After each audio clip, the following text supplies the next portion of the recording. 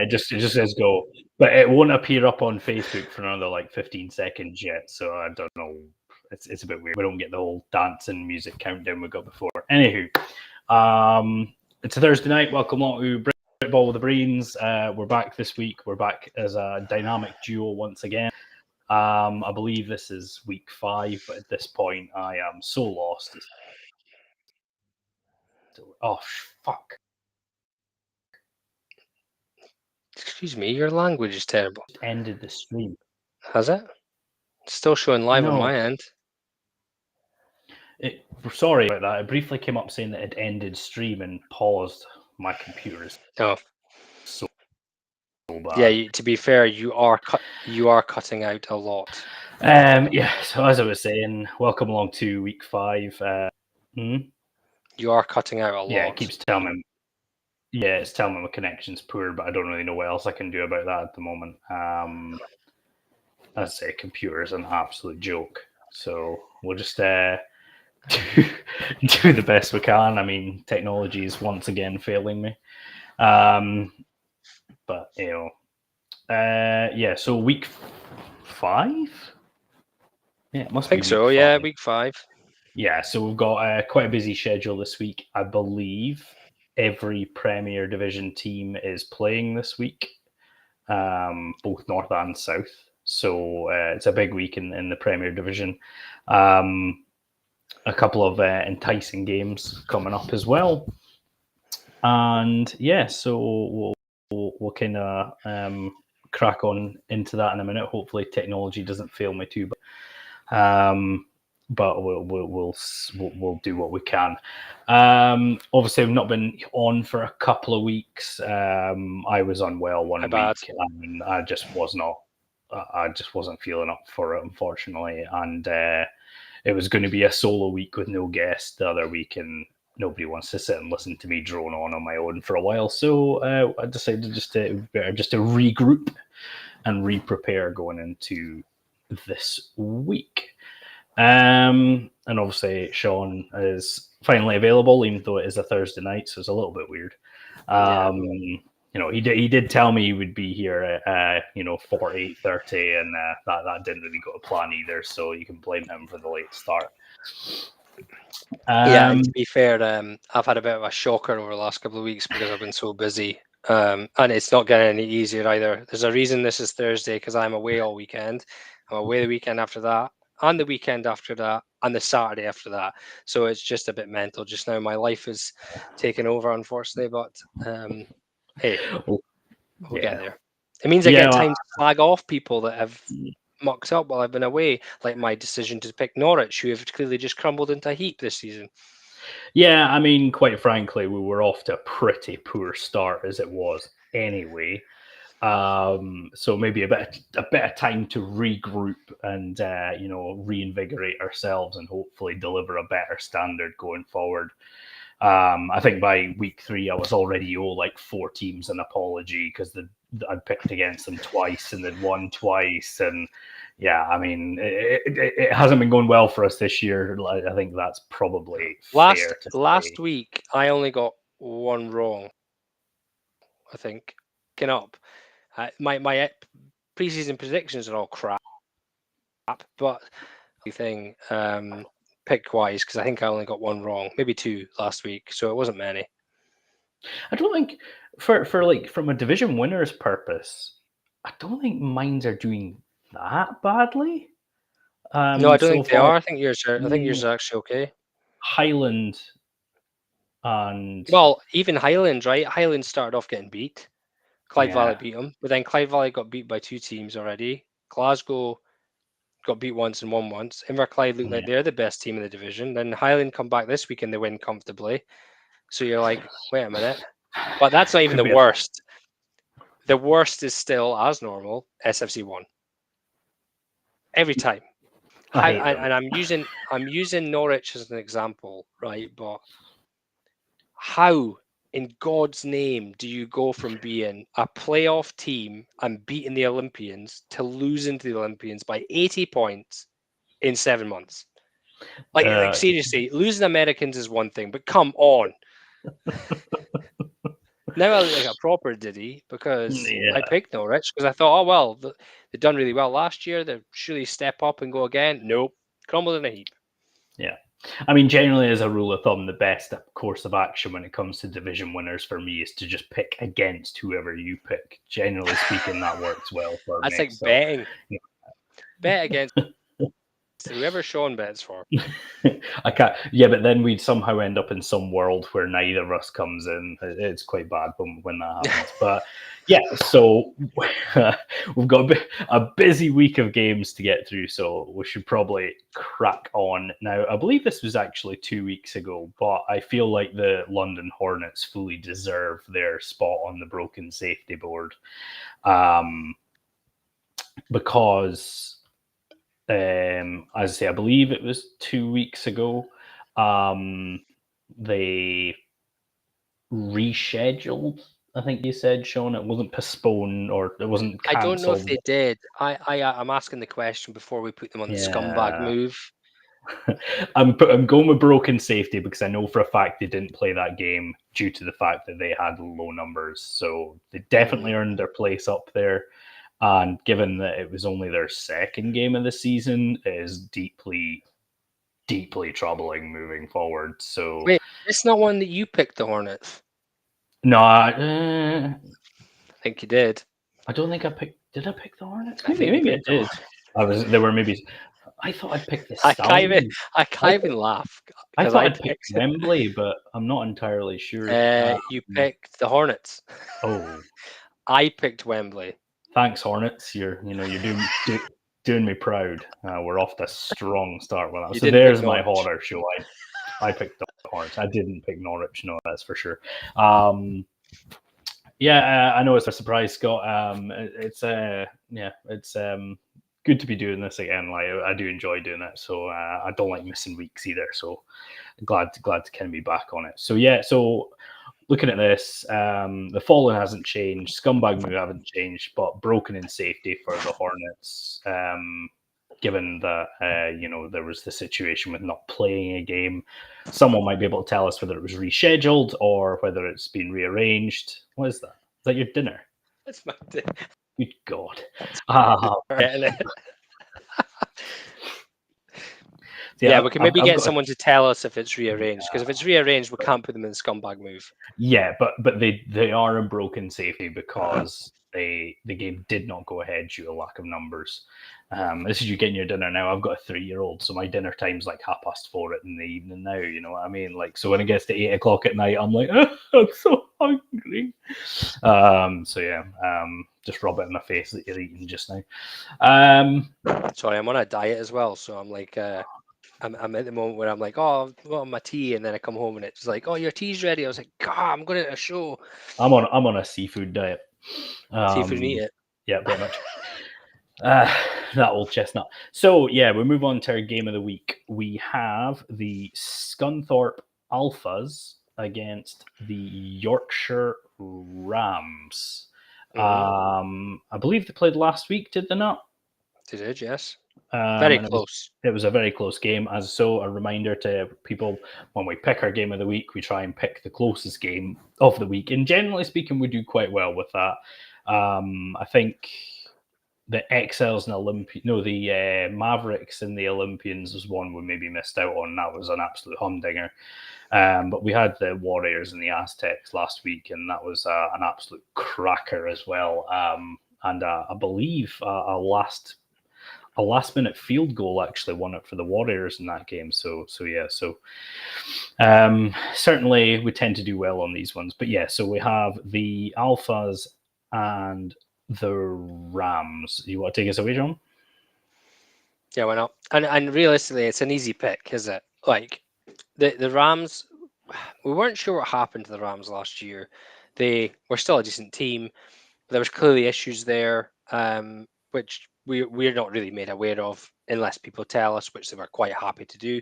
There were clearly issues there, and their coaches left, and they've got new people in. They're clearly going to be a slightly unknown to us as to what they're going to be. The Alphas I've seen last year, they've progressed every year for the last few years. They've progressed and progressed. So I assumed that, this year they look on their socials, they're still a big squad, they've progressed every year, they're likely to challenge for this division. And by the looks of it, they are in that position. They obviously come off a really close loss last week, but let's not be harsh here. It's hard to go to the Rams when they're playing well. So with it being so close, you'd think that reverse fixture when they're at home, they might scrape the same kind of win, right? Now, obviously, that from my point of view, I'm looking at it thinking the first game was maybe high scoring because the teams didn't quite know what was coming out this year. They might be changing scheme or whatever. But this week, they'll now know this is kind of how they play. And if you look at it, the Rams were up quite early, and the Scunthorpe Rovers came back to get them. And the Rams held out. And to be fair, I've seen some really good plays, but realistically, I think that the Alphas will take this one, but I think it's going to be like a almost identical reverse of what we've seen last week. I think it'll be very close. Yeah, and I think that's fair. I mean, you talked about 32-28. It's a very close game. You say going to Yorkshire and beating the Rams is a tough ask, but can't relate. I only played them once down in Yorkshire and beat them 42-0. So, scumbag move. Our reporter on the Pulse, Mr. Poppelhoffen himself, has told us that the Knights Hornets game has been awarded to the Knights. So, scumbag move upgrade incoming. But you're talking about a 4-point game at the Rams this week. It's at Scunthorpe. A week to look at the film. As I say, we don't know about the situation around the Rams being up quite early. Was it mistakes by the Alphas? Was it just a couple of things that the Rams had up their sleeve going into the game? Yeah, I'm going to go for the flip result. I'm going to say the Alphas win at home. But this should be a mega game. I mean, as I say, 32-28 last week is an absolute corker, right? So same again this week, guys. Give us another close one. But yeah, I'm going to back the home team. I think with a game that close, you can kind of get away with expecting a flip result on that one, especially within a week. I will say this, it is a little bit disappointing playing back to back, because you quite like to see how they react through the season, how they develop to face each other off later. Yeah, it's a bit annoying facing each other week to week, and I think it's happened in a few leagues where teams are playing each other back to back. Other than I think Gateshead had played Darlington 3 times in the last 5 weeks or something. But was it Doncaster? No, was it Doncaster? Was it? Yeah, I can't remember. Their division plays each other a few times, I think. But the only thing I'd say is it is a little bit disappointing it's so close. But if it's the same kind of game as it was last week, then great. But then they might not play each other again. They might go away to the rest of the division, do similar things to the rest of the division, and we'll never know what kind of nick they're in for the playoffs unless they're beating each other, beating their team twice. But yeah, interesting to see anyway. And just a quick shout out to Yorkshire Rams as we'll maybe see some of their plays. I don't know if your computer is going to take it to load it up, but some of their slow-mo plays were class to watch. I'd love to show some of their plays for our play of the week, but I genuinely think my computer would grow legs and walk out just out of sheer protest about me trying to ask it to do too much. Because there was also an excellent play submitted from the Highland Stags that the Angry Runs studio would have been particularly proud of on Good Morning Football. So a cheeky little stiff arm into the face, into the ground, and then a little juke move to take someone else out. It was a pretty beautiful play. Did they send it to your Twitter? They just sent it to me, but I can get it on our Twitter and retweet to Kyle Brandt. I need to, and I will do. Unfortunately, I swapped phones earlier on this year, so I don't have access to the Twitter account at the moment. But hey, right, we'll get there. All right, we'll get these things ironed out. I'll hopefully get myself sorted with a better laptop in the near future. But yeah, There was a few submissions the slow-mo plays from the Yorkshire Rams. There was a play sent in from the Highland Stags, and we'll find a way to share it, even if we share it on the Instagram page or something like that, and go and take a look, because we love sharing the plays. We love sharing the cool plays from teams during the week. And as I say, that were particularly enjoyable from the ones we've seen. So more of that this week, guys, and hopefully this game turns out to be an absolute cracker as well. Right, so then we move on into the Premiership North, and we have our second matchup of the Newcastle Vikings and the Edinburgh Wolves. Now, obviously, the Vikings came out on top. They look like the strong contenders to finish second in the Premiership North this year. I know you could say, still got a chance to finish first. I'm not disagreeing with that, but obviously they have already lost to the Titans in a close game. So at the moment, they're the front runners to finish second in this division, right? This time it's the Edinburgh Wolves going to Newcastle. And on top of that, the Wolves are off the back of playing, I believe it was it a Division 3 college team, the Pirates do as well. And, please don't think I'm being insulting to them. They obviously got destroyed. 48-0, 46-0 or something like that. Something like that, yeah. I mean, it's shame. No, and that's what I'm saying. Like, I'm not being insulting to them by pointing that out. That it just shows there are obviously levels to this, right? And I've seen. I've been out in Houston last year. I've seen some of these high school players, and they were absolute behemoths. You know what I mean? Even Div 3 college players, they're going to be big, angry football players that, bulldoze people for a living. So, yeah, no shame in that. But playing that game, you don't want to make any assumptions, but you maybe think when they arranged that game during the week before the Newcastle game, they maybe thought Newcastle would be cannon fodder in this division, and that has not turned out to be the case. And, you're obviously going to pick up a few injuries when you get beat in that kind of manner. So a little bit worried for the Edinburgh Wolves this week, and I genuinely expect a much more comfortable Vikings win, actually.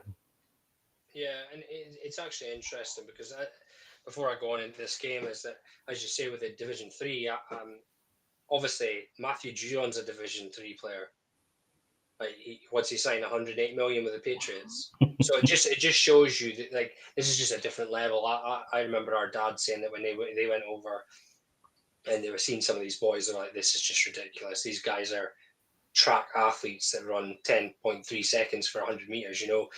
It's just that in the next level, the NFL, that looks slow, and it's just mental. But I think, speaking of that, I think Newcastle have got a few Americans. I believe their QB is American. I believe they've got a wide receiver. It's a pretty good player. And I think what's really interesting here is they maybe have recruited a few players, but this team was good last year, right? Maybe not quite this good, but I heard from Prem teams that played them for the last 2 seasons that this team had the potential to be really good. Now, maybe the new coach has come in and he's just opened them up. He's just allowed them to play more freely. He's maybe a better schemer, and maybe that's just allowed them to play a bit, because they've always had an athletic quarterback, maybe not as athletic as the one they now have. Yeah. They always had a good running back. They always had big offensive linemen. So maybe he's just come in and he's just opened the scheme up, and maybe people are not ready for it, and they're coming in and they're ripping the bits. You might find that further down the season, folks start to figure them out. It gets easier, but judging by what we've seen, you wouldn't say that's the case. Now, I believe Sam didn't play or he wasn't playing when I was watching, and they were away from home, but it doesn't take away from the fact that that's probably the closest the Titans have been run in 2 seasons. Yeah.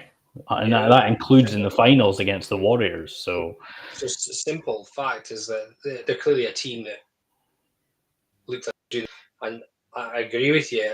Edinburgh away from home, you don't know. They might have to the opposite from this game. They might have learned a lot from the Americans, but at the same time, you're right. Like physically, it'll have taken something out of you, whether it's good or bad. So I would expect Newcastle to be ready for this, and I think they will win by a fair margin. Yeah, and I think that's it. I mean, like we talk about, the new coach coming in, and Newcastle were a good team last year. I think, by what we're hearing, sort of the new coach that's come in certainly has a lot more closer ties to the university teams down there, and several university teams, and that includes Durham, who obviously were. I mean, Tebbs would know better, but I thought a bit of a surprise package in the uni leagues this year. Well, I believe the new head coach won the championship with Durham. Okay. A few years back. Kevin O'Regan's his name, is it? Yeah. I think he won. I think he won the uni football with Durham Saints a few years back. Okay, but like as I say, I mean, like so on top of already being a good team, they've obviously pulled in some of these guys that are really elevated Durham this year as well. I believe, especially their sort of their lead receiver as well is Durham, if I'm not mistaken. So they've obviously done a lot of work in getting those kind of guys in. So yeah, I mean, they've been really impressive so far, and the game against the Titans, as we say, okay, Sam didn't play, or certainly for all the parts I seen, I didn't see him on the field. Aaron's just noticed we're here. Sorry, Aaron. My bad. I know. We need to get better at like advertising when we're coming on, but it's been a bit up and down, so we've not had a chance to kind of really iron those things out. Look at the comment underneath that. What about the Americans have to leave when their visas expire? That is an excellent question that not only do I not know the answer to, I am not touching. Yes. So, but I mean, it would also depend on, if we're talking about, university players, if they're there for another year, then none of that matters, right? They'll still be eligible up until next year anyway. So, yeah, I'm not going to go as far as to say I'm worried for the Wolves, but I am going to go as far as saying that I'd expect a more comfortable win for Newcastle this time around. Mm-hmm. Agreed. Yeah, so yeah, but it should be an interesting game either way. Certainly gives them a chance to obviously cement their place. Cement a sort of a potential playoff spot quite early on. The next one up, again, another Premier Division clash. We have the Manchester Titans and the East Kilbride Pirates. Obviously, again, 2 weeks ago, the Pirates hosted a Division 3 college team again. Yeah, they were handily beaten, but there's absolutely no shame in that whatsoever. There is, however, shame in one person's comment I seen on the score. Don't know if you picked up on this one, no. But I think the score was it not like 73 to 3 something like that. Something like that. And there was a comment on it from someone saying, excellent effort, folks. They're just lucky they caught us on a bad day. Good jokes. I hope it was a joke. I think it probably was. I hope it was a joke, because otherwise, for shame, because no, that's just not an appropriate comment on a scoreline like that. But it was one of those. It looked like a genuine comment from the person it came from. But if that was you and you were taking the mick, then by all means let us know. But it was a deeply worrying comment if you were being serious. As for this game itself, it's in Manchester. The Pirates have looked decent. The Manchester Titans are still the team to beat. I don't really see any surprise coming up into this game. No, I'd agree with you. I think, as I say, East Kilbride have clearly got a decent squad. They're a decent team, and I know Manchester have lost a few of their weapons on offense this year. But from what I've seen on the recruitment post they've put up, they've filled some with other players. Whether they're the same caliber or not, it's a different story. But I guess that comes to being the best team in the UK. You're going to attract. Your players are going to be attracted to programs in Europe and etc. And realistically, that will keep happening if you're the best team. But the best teams replace these guys and carry on. And to be fair, the Titans have won the last two. Bristol have kind of been creeping around and up the way. London Warriors seem to have got a bit of their mojo back this year. So you never know. Like, I think this one will be easy for Titans. I think they'll win comfortably, but there's tougher tests ahead for them. Do we know if Sam's going to be featuring this weekend? Is it an injury or, you know? I haven't spoke to him. I'll need to message him. He's normally good at keeping us up to date. Get him sorted. Get Sam sorted. He's normally very good for information, as our Sam. So you know, hopefully, it'd be good to see if he's playing in this game tomorrow. But yeah, again, I'm not anticipating any sort of surprise going into this one. Yeah, we've had a few latecomers. Russell, nice to see you as well. Yeah, I appreciate, you know, we will get better at letting you know when these things are going to happen, but it's going to be a bit of a bumpy road to get us back into the swing of things. But it is. My schedule's bad. Sorry, Russell. Yeah, you know, as I say, but then you know, it depends on things. But we'll make it work, and we'll make sure we're better at letting you know when we're going to be on. Tamworth Phoenix and Merseyside Nighthawks. Merseyside are clearly the kind of you know, the punching bag of this division, right? You know, Tamworth got their first win against them last week, and it was a fairly comfortable win. This time it's in Tamworth, and to be quite frank, there's absolutely nothing to suggest that the result will be any different this week. No, I think it's like Tamworth are clearly having their own problems.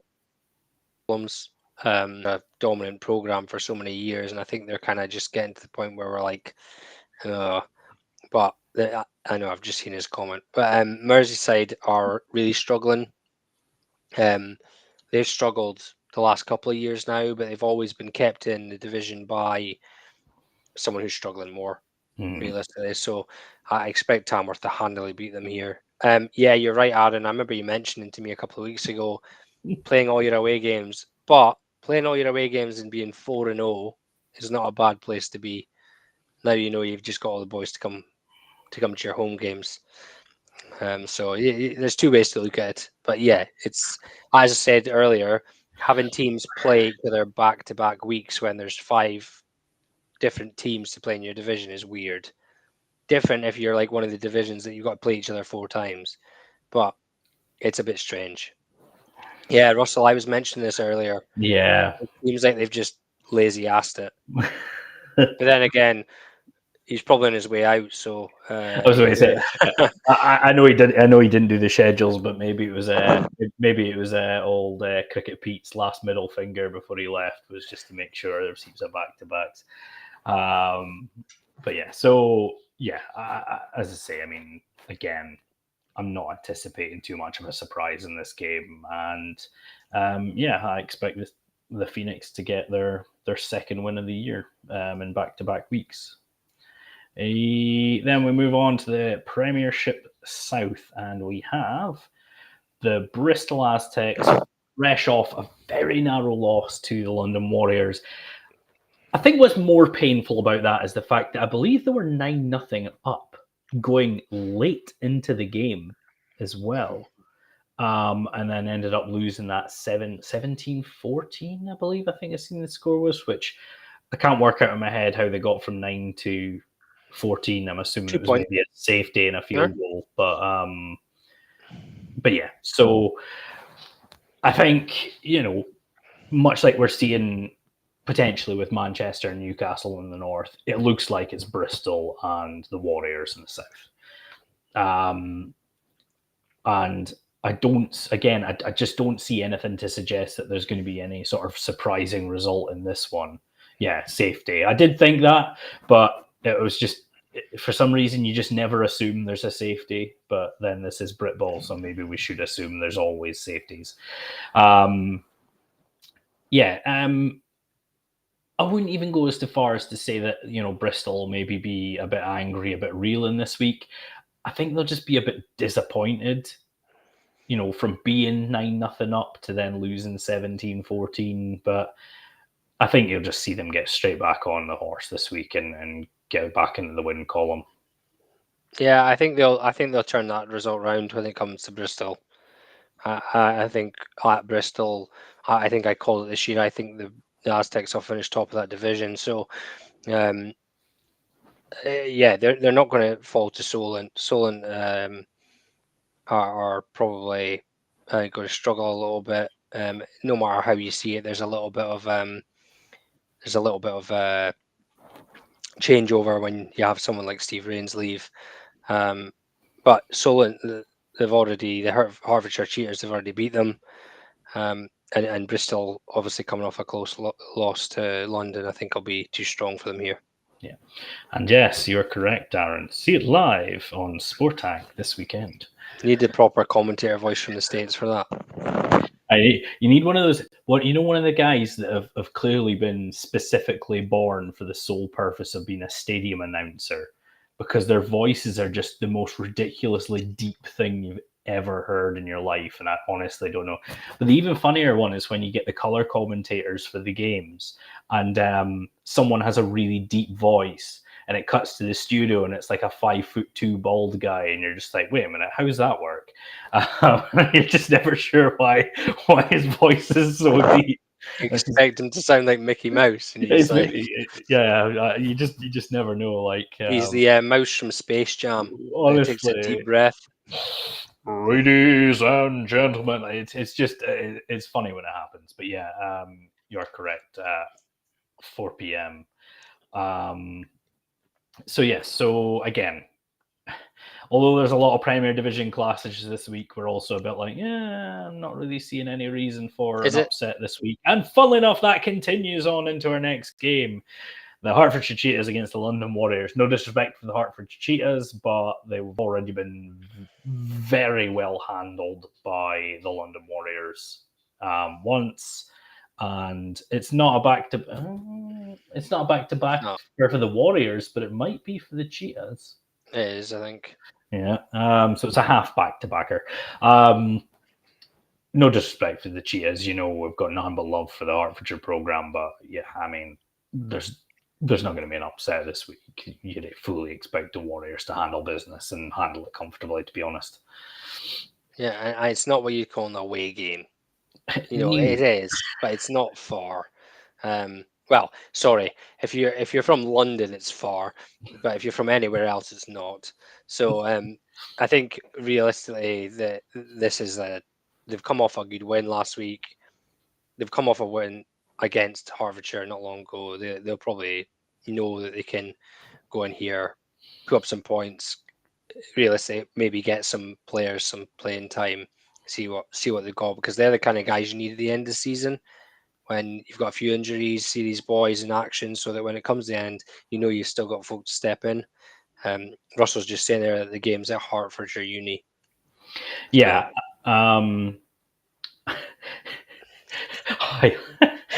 To be fair, I think most people outside of London would. I mean, travelling far in London when someone has the audacity to make you get on a second tube. I had to go down the Victoria line and another line. How could you make me do this? I couldn't think of a second line. What's the Elephant? And no, it's not. What station's that one on? You're thinking of Elephant and Castle. That's my favourite station. Elephant, which is weird, but I'm pretty sure there's an Elizabeth line now or something. So there we go. The Victoria and the Elizabeth. You made me go on to the Piccadilly line. There we go. Here's another one. This isn't the game you're going to be at, is it?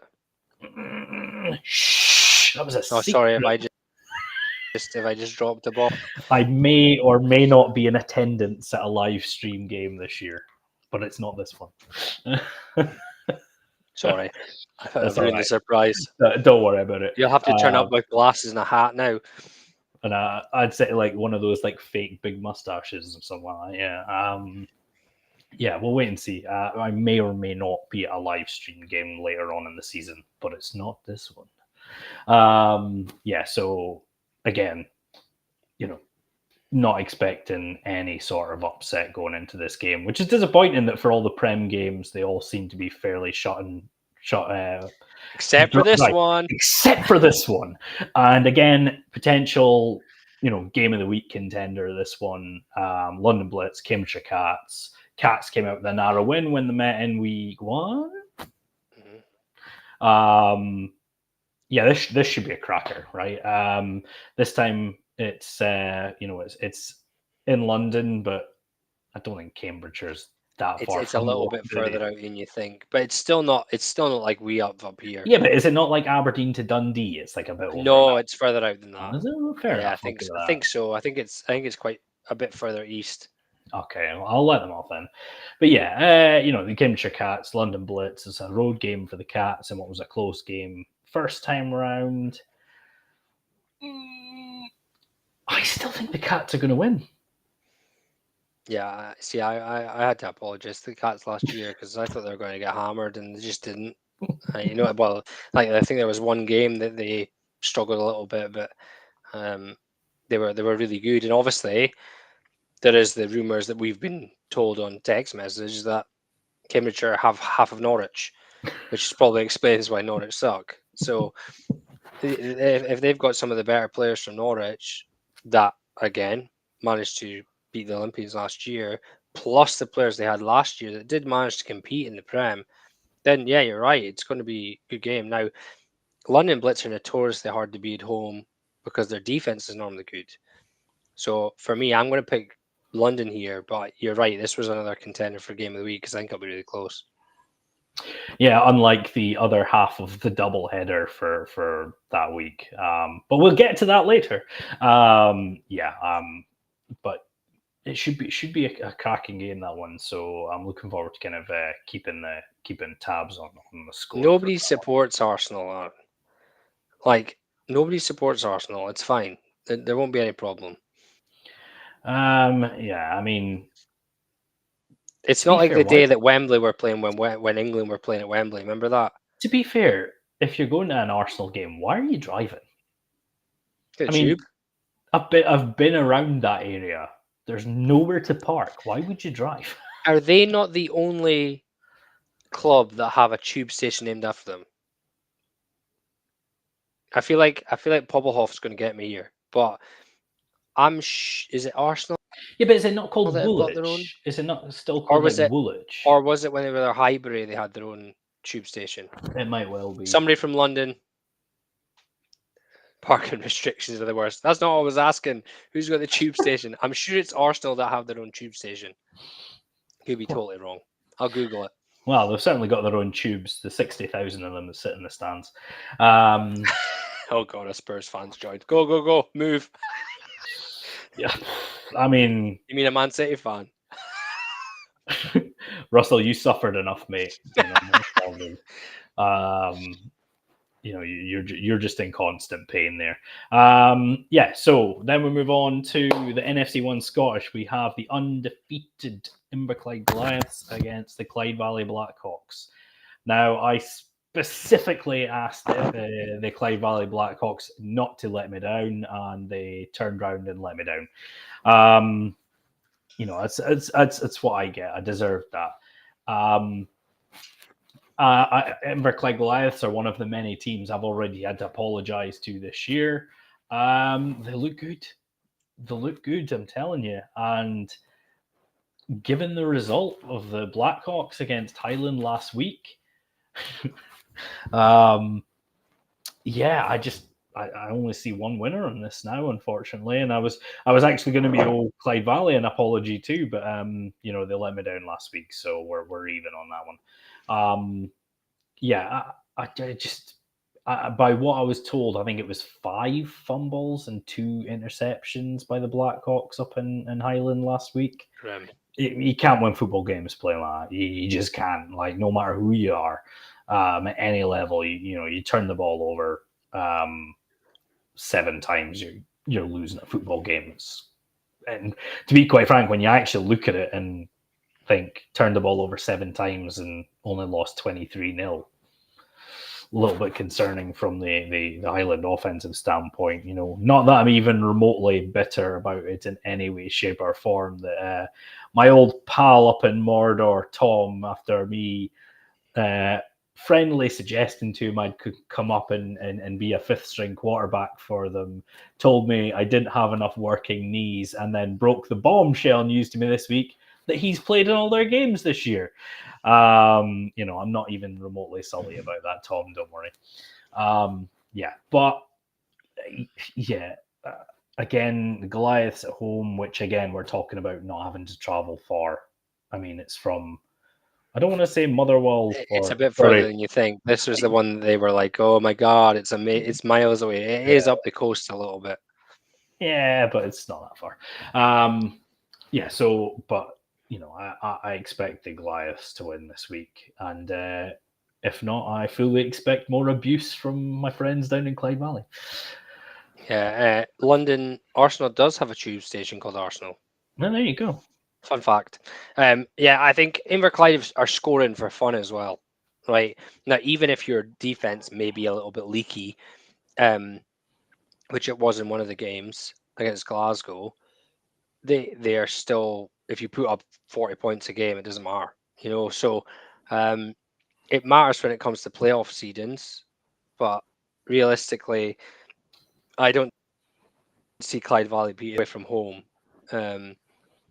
Clyde Valley are always tough at home, but if Inverclyde are as good as they've looked so far, then I think this will be a victory for them. Two touchdowns, 17-point lead, I think, here.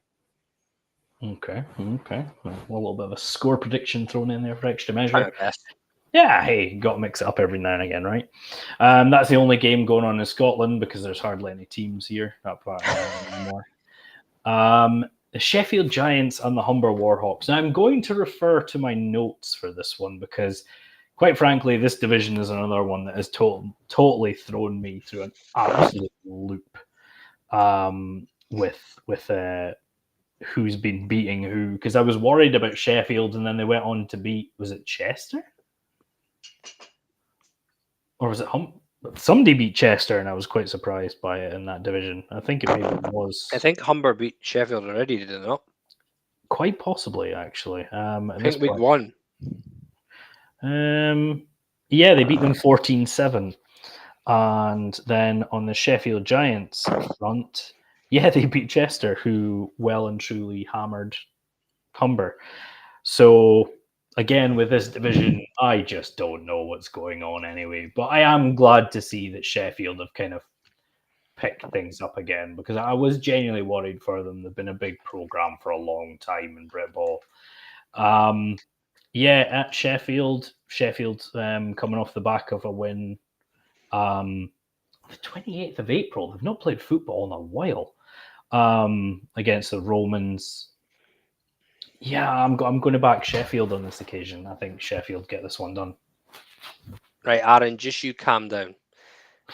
I'll not have that blasphemy. FFC1 is the worst division every year. But you're right, this one is harder this year. Humber have obviously been coming up. They played well last season.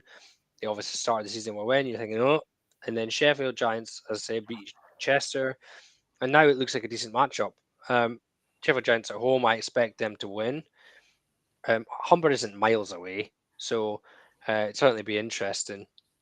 I've got a couple of friends down in Sheffield this weekend, so I wonder if they'll go give it a look. But I think Sheffield win this one, maybe by 10 points. Okay. I like it. Keep throwing these scores in just to why not? spice it up. Worst or most competitive? No. It's most competitive. That when we say the worst, you've got to understand that we're talking from a prediction-based standpoint, right? It's great, and it's what we absolutely want from the divisions, but they make us look bad all the time, and we don't need help with that. So when we say worst, that's what we mean. We don't mean worst. We do mean most competitive. Let's just put it this way, right? For 3 years in a row, either me or Chris won the Picks League for the UK, right?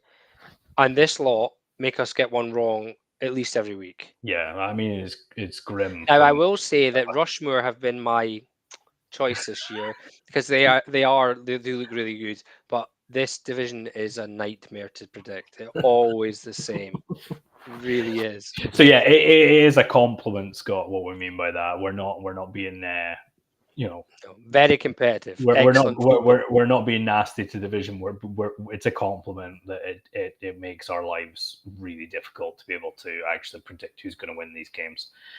NFC 1 Midlands, we have Shropshire Revolution and the Nottingham Caesars. Now, Shropshire have been one of the surprise teams for me this year. Probably because they've not said anything, right? Because they've decided not to be smart arses. Amazing. And all of a sudden they're playing good football again rather than worrying about what we say online. Funny how that works. But yeah, I mean, but Nottingham are still my pick for this division. Again, much like last year, like the scores haven't been anything to write home about from a Nottingham standpoint, but it also hasn't needed to be. Like they won 24-0 against Northants last week. I think this will be a good game. Provided Shropshire don't all of a sudden start talking shite to us. Funnily enough, Northants obviously losing 24-0, and they talked shite to us this year. So, common theme, guys. Actually, yeah, don't talk shite to us, and you'll play better football. It's just the reality, right? Which we're going to get to one about talking shite later on, and I am absolutely itching for it, so I can't wait. So on this one, expecting a really good game in this one. And generally, we talked about this one as potentially being a game of the week, but I still think Nottingham are the team to beat, and they're so tough defensively. Yeah, I mean they've clearly got a good squad. They've got a good setup. They've got good coaches. We see their media all the time about them recruiting players from the unis and stuff like that, and that helps. Now, as I've said before, my biggest problem with Nottingham is always like what happens once the uni students leave, and that doesn't necessarily mean that they do. They might not, but every team I've been part of that as students, you come to the end of the season, they all bugger off home, or during the summer, they bugger off home, and then they come back for the end of the season and go, "Oh, we're not in the playoffs." Yeah, because half of you buggered off home, and that's seriously, that's what it's like. So I don't ever know, like we would never know if that was happening, but every team I've been part of, that's happened. So I'd assume it happens everywhere, but I think they'll be too strong at the moment. Shropshire definitely look at their better outfit this year. They had a decent season last year, other than getting destroyed by East Kent, which we now know really isn't a shame. No. They're clearly just a better team than Division 2. So they only lost to East Kent last year. So East Kent have went on and destroyed some Division 1 teams. So I expect Shropshire to give them a game. I don't think they'll beat them, but I expect them to give it a game. As I say, when we talk about, like, I'm sure somebody might be slightly offended at my idea saying that Nottingham scores haven't been that impressive. They've only conceded 8 points in 3 games, right? And this is what I'm talking about that defense being notoriously tough to get past. You're talking 20-8 against the Bulls, which is a bit, for a team that you're expecting to potentially go on and be potentially playing in the final. It's underwhelming. And then 47-0 against the Panthers, but that turns out to seem to be like not much of a surprise. The Panthers have been pretty poor this year so far. And then 24-0 against Northants again, the shutout. But yeah, so I think it is going to come down to that Nottingham defense, and unless something ridiculous happens to them this week, I still expect Nottingham to win the game. One thing I'd be interested to see about Nottingham is that I can remember a few years ago we were transitioning into a season where we thought we had a chance, right? And one of the discussions was, when it's close games, can your defense hold out and your offense put up enough points? And when you are clearly the better team, can your offense shove up 40? We've obviously seen Nottingham shove 47 on Leicester. So they clearly can put up points against the weaker teams. And 24-0 against Northants is no shame, right? 24 points is decent. Yeah. So they need to continue this so that when it comes to the playoffs, they're not going up against a team that maybe has just as good a defense, and their offense then suddenly scores 7 and they get beat. Yeah, right. That's it. Right? That's what we mentioned in that year. Is that when we get to playoffs, we need to be able to still put up 25, 30 points. And I don't know why I chose 25 as a terrible number for American football, but we still need to be able to put up points, even if our defense is great. So it'd be interesting to see, but they shouldn't lose this week. No, and I think we're both in agreement on that one. But I do think it should be a decent game going into this one. The SFC 1 East. No, it's not. Out. It's not going to be good. No. Yeah, I mean, I know people think sometimes we're a bit disrespectful, but look, Norwich are clearly having a hard time, and it's pretty horrible to see. Yeah, they're going to get pretty handily beat this weekend, let's be honest. Have London Blitz beat them already? Now you're asking the question. Did we not put them as... Oh, was it them? No, maybe it wasn't them. I thought they got thumped by them already. It's quite possible. It is a shame. Anyway, yeah, you're right. It is a shame. You never want to see teams struggle unless they mouth off, which Norwich haven't. Especially on a scale of what we seem to be seeing, right? Norwich did get some points last week. Yeah, they did. How many points did they get last week? I don't know. I'm trying to look it up, but it's not working too well for me at the moment. Yeah, but it is a shame because, as I say, I picked them because I thought they'd just step up from last year. They were a good outfit last year. The year before that, they scored 6 points. The year before that, they had a great run and then they got in the playoffs and all their players disappeared. Yeah, so the Blitz beat them 45-0. Yeah, so I thought that was the case. So I'm not expecting this to be even close. No, it's not going to be. Norwich just need to try and regroup as much as possible this season and not let everything go mental. Which isn't easy when you're in that division of all divisions. No, right? It's not easy. So hopefully they can kind of hold on to as many of their guys as possible and just focus on rebuilding. But I know people think that we just like to be a-holes at times, but you don't like to see a team struggling like that. But it's going to be one-way traffic, I'm afraid.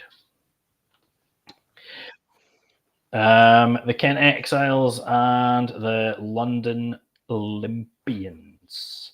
I think this one's also going to be one-way traffic. Do you think? Well, the reason I say this is East Kent Mavericks have absolutely thumped Kent, right? So then London it was competitive for a lot of it, but they did beat them. I guess fairly comfortably in the end. But then London Olympians have obviously looked back to their better self this year, which and I think the Olympians, like as I said before, being able to put up points, right? Yes, Norwich are struggling, but still putting up 84 points is a lot, right? You're scoring almost every drive. Yeah. So is that because Olympians have just taken a step better and Norwich are taking a step down, so the gulf is so wide, or is it because the Olympians are generally back to being a competitive Division 1 playoff hopeful? Yeah, and I think for me, the way I'm more looking at this one is the similar opponents, right? They've both played the Mavs, and the Olympians did put up a better effort against them. Effort's not the right word.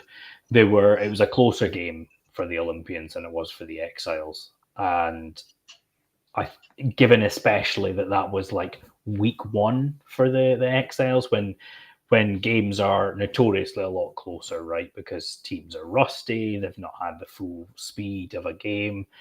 I think you're probably seeing that the Olympians are above the Exiles in the standings here. So I do expect the Olympians to win. And this is just, obviously, it's a road game for the Olympians, but it's just London with a name badge, Kent, really, isn't it? It's not that far away. It's the posh side of London. Yes. I mean, so, I do. I think it'll be a decent enough game, but I would be surprised to see the Olympians not win this. Yeah, I'm the same. I think it's. I think I'll be fairly comfortable with the Olympians, if I'm honest. Yeah, but it is also the SFC one, so at this point, true.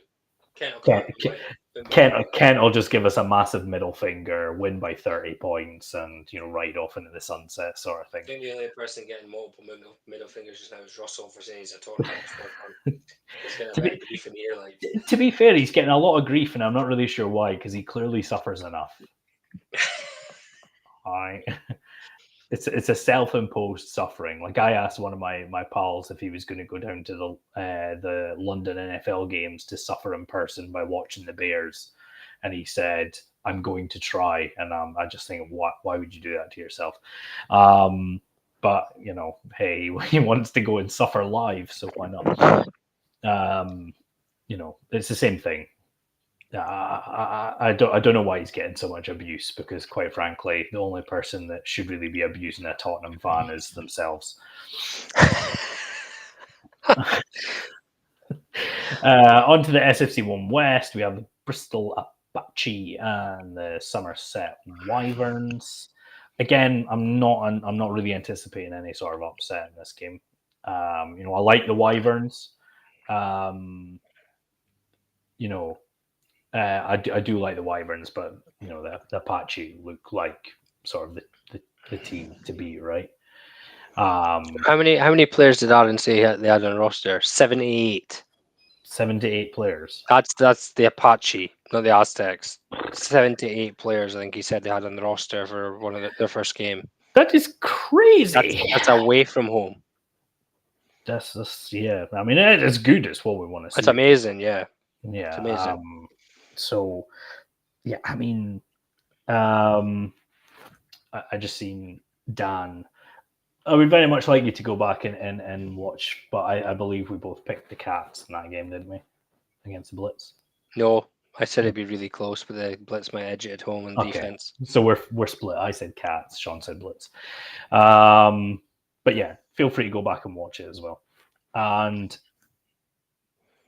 I'll just say this, just that comment. I'm so glad you called it soccer, because I get so much grief for doing that up here. I always say we have both grown up with American football. Like, our dad played. We've both watched that probably way more than soccer. And when we call it soccer up here, you get nothing but grief. Listen, it is football, right? But I will occasionally refer to it as soccer ball, so that people know what I'm talking about. At least you don't get hand egg. That's what I get grief for. Because I, especially when I was out in Houston, I would go, I was watching some football, and they go, "Your football or my football?" I'm like, I'm in the US. I'm clearly talking about your football at this point, right? Yeah.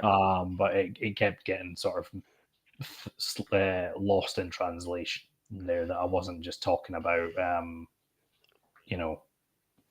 their football, I guess, as it were. Yeah. So we're the Apache are already 4-0 in this season, right? So, and they're at home this time around, because they've played all their road games.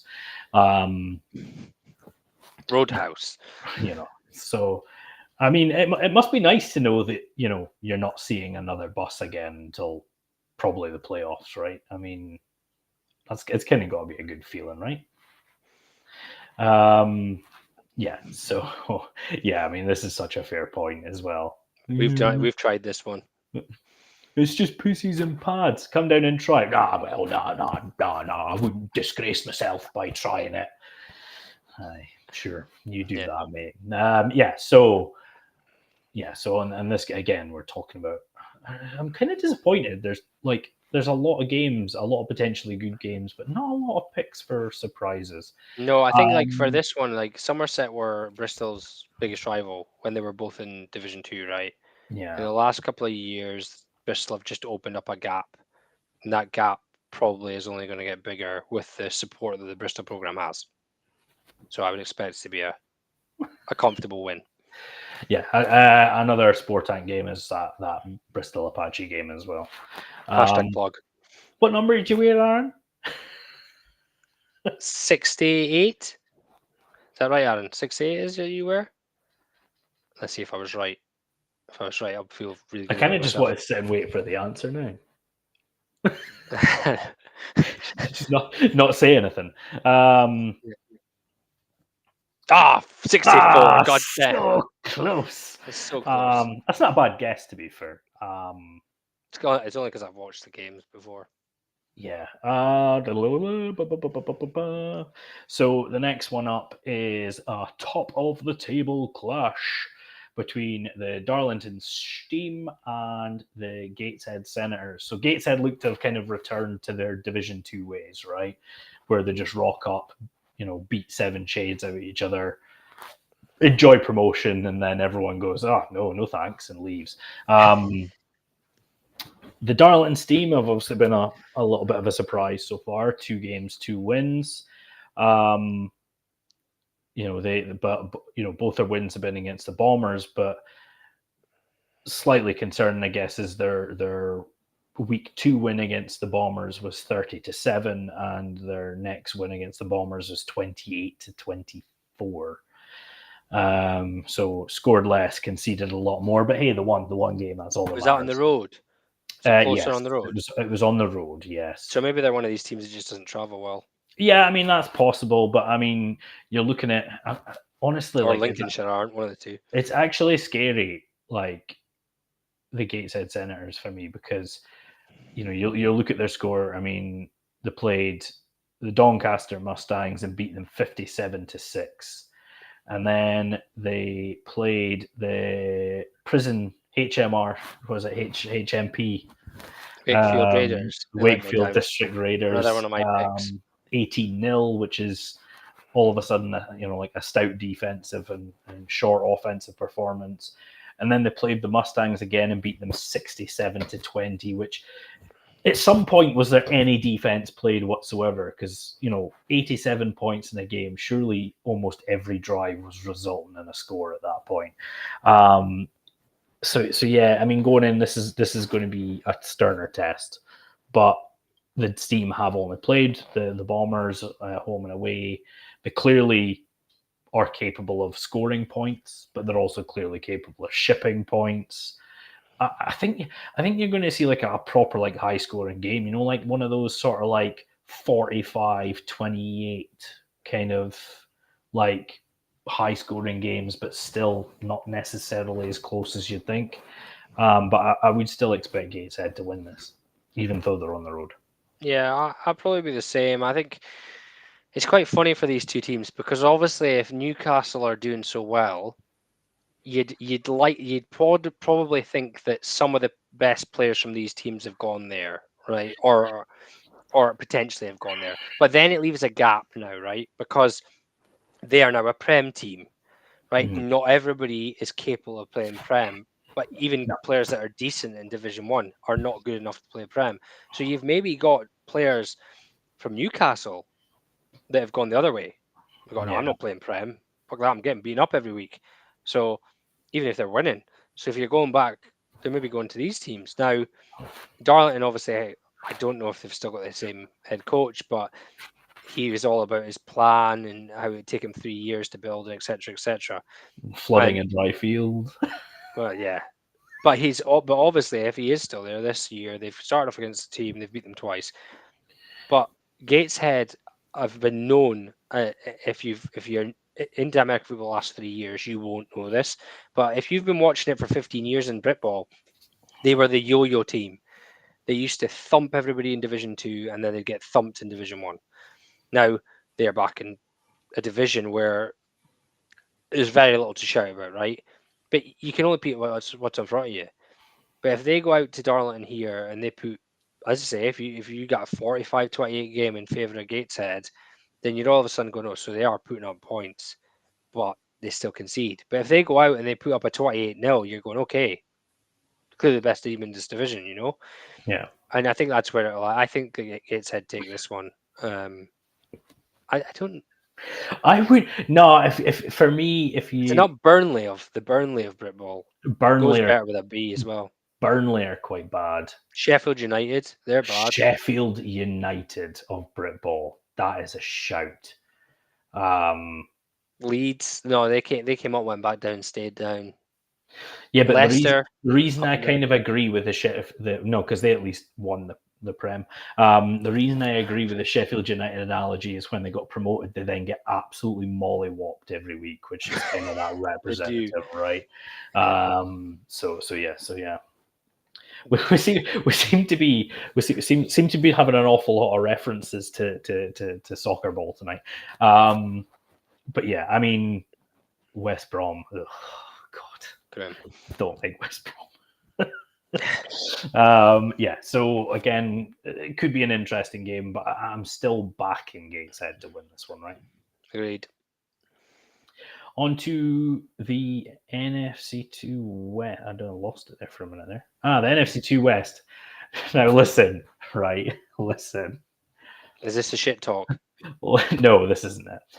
Oh. I am a fat, slow, and lazy person, so I have no right to roast anyone for their athletic build. But the Staffordshire Surge game poster was the ultimate picture of Skip's leg day I have ever seen. Oh, you showed me this. If you haven't seen it, check it out because it gave me a good chuckle. They've either taken it at a weird angle. I think it's been taken at a weird angle. His upper body is so much closer to the camera. Yeah, I mean, it certainly looks like the guy's got bigger biceps than his quads. So I am hoping it's just a bad angle they've taken at, but it did give me a laugh anyway. Yeah, the Surge got their win against the Sandwell Steelers. Something the Miners were close but unable to do. I think this could be a cracker as well. I expect a lot of points in this game too. I really do. But I think the Surge are the better team. Yeah. The fact that there was a question posed this week whether John Wise was the longest serving Britball player. I'll tell you something. I've watched his highlights at times and he can move. Yeah. He is an athlete even now. And he scored it. He scored again in his last game. Yeah, but I think the Surge are the better team. I will call them out on the fact that their rebrand kit that they've put out this year is literally the LA Chargers dark blue kit. Like, it is the carbon copy of the LA Chargers. To be fair, that's a nice kit. It is, but it's not original, and that annoys me. It is literally a carbon copy of it. So, but yeah. The Surge are, in my opinion, still the better team. They're at home. They'll be buoyed after beating Sandwell. I think they win this week. But I think there's going to be a lot of points in this game. So cue the 3-0 win for the Surge. I think there'll be a lot of points in this one. Yeah, and Surge are kind of like Gateshead in a way, right? Sorry, I'm just going to put my light on here. Surge are like Gateshead in a way. There was a couple of years back they were really good in Division 2, and then as they go up, they come straight back down. Yeah, but I don't think they ever made it up, though, did they? I think they did. Because I always thought that was Shropshire.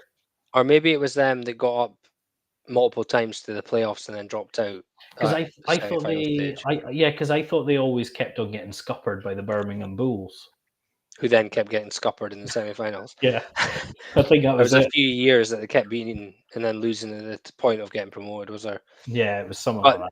But they have had decent squads over the years, and last year they put up a good fight against some of the better teams. Lee are obviously a relatively new outfit, but have been getting better every year. And I think realistically, the Surge will win this one. But I think you're right. I think there'll be points in this. We're probably getting a kiss of death on it, but we'll hope that we're not. And I've ruined your weekend. Thank you. Yeah, I think you're right. It's Lee have got better quickly as well, and both these teams so far have demonstrated they can put up points. So yeah, here's hoping. I'm hoping for a good game.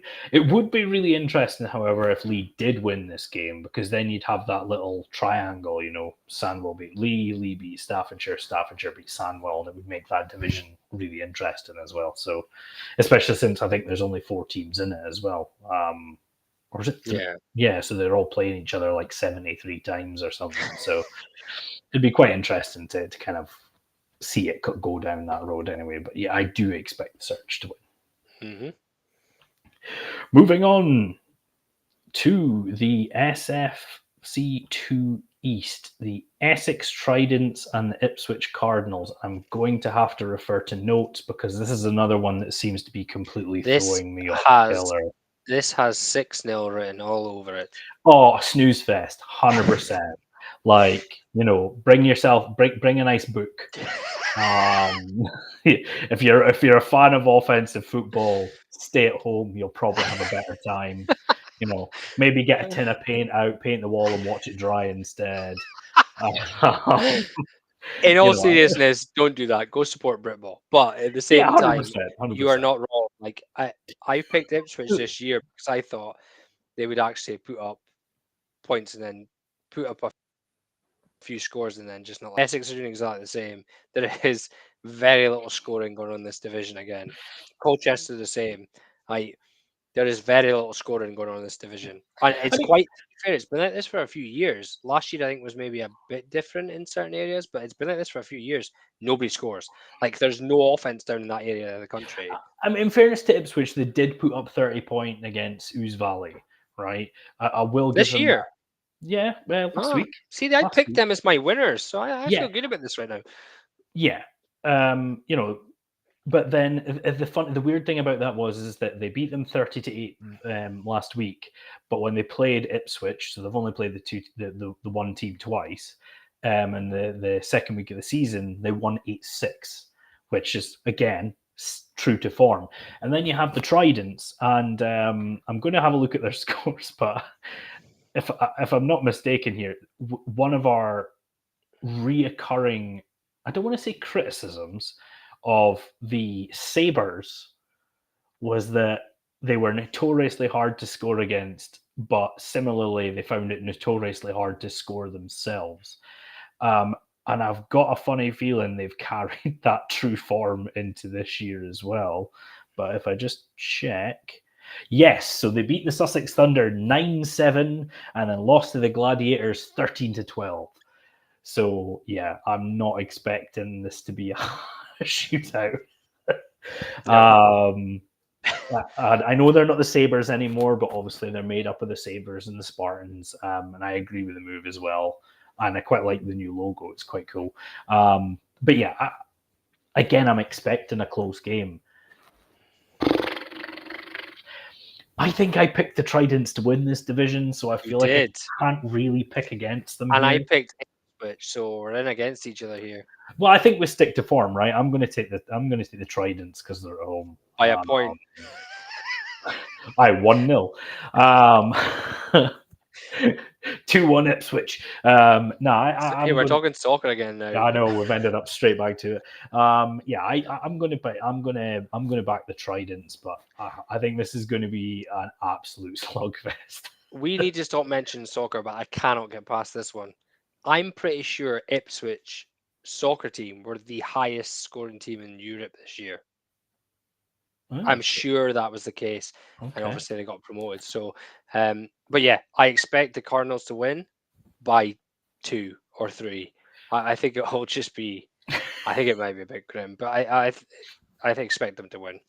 Yeah, and the Tridents' defense is clearly tough to get past, and clearly so is the Cardinals' defense. So, I mean, we're saying this, but for all we know, these two defenses might just be elite, right? It might be like proper good defense we're seeing.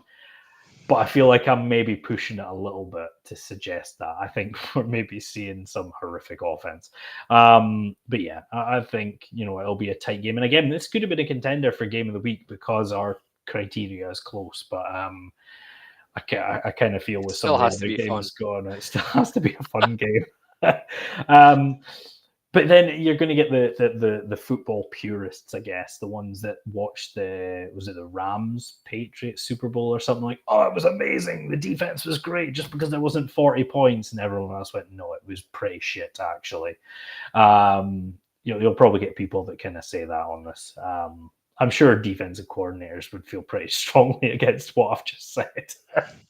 But yeah. Yeah, I think it'll be a tight one as well. The SFC 2 West.